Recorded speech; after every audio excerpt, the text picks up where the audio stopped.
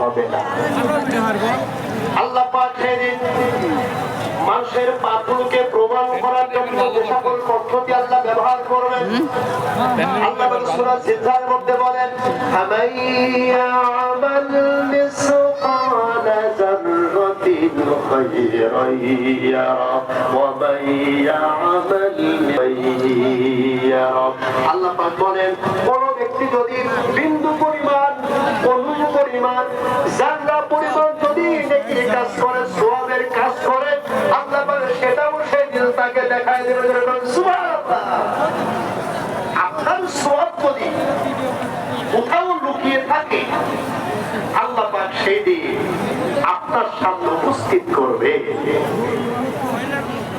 আর কোন ব্যক্তি যদি বিন্দু পরিমাণ, জাররা পরিমাণ, ক্ষুদ্র পরিমাণ কেউ যদি গুনাহের কাজ করে, হাফেজিয়া মাদ্রাসা মাঠ সেই দিন কিয়ামতের দিন আল্লাহ